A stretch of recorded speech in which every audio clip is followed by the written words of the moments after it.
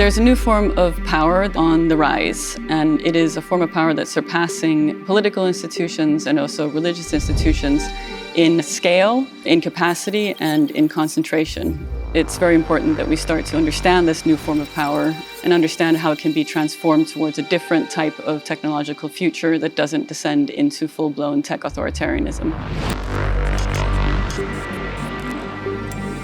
My name is Jaya Klara Brekke. I was invited by Shumon, Basar, and Lina Lazar to run a series of talks and discussions at Ibraaz on the topic of technology and power.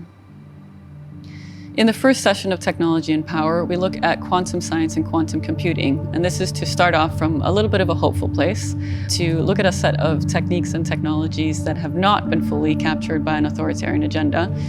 We look a little bit at the new type of terminology around Q-punk, quantum punk as a technological movement or counterculture, and speculate a little bit about how that might intersect with power down the line.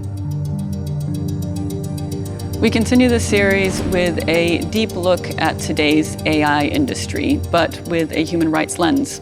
And with that lens, we can see how it plays into new forms of algorithmic racialization and is the engine behind the genocide in Gaza and is being rolled out as a form of automated apartheid across the occupied Palestinian territories.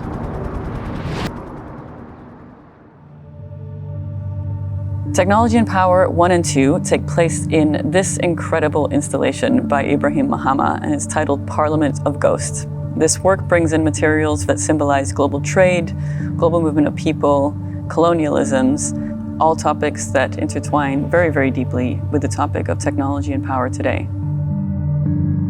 For Technology and Power 3 and 4, we move down to the Minasa space designed by Sumayya Vally. She is the architect in residence here at Ibraaz in central London. The space really is the perfect environment for a type of atmosphere where we feel we can really conspire towards new futurisms and new technological directions that we can all move towards. The topic of technology is usually quite disempowering for most people, especially when you feel like you have no choice. You can deinstall an app, you can do your best to do what you can as an individual, but nothing really changes. So what we're aiming to do with this discussion series is really generate a sense of empowerment, a sense that something can be done, and it is about time that we start to organize on a more serious level.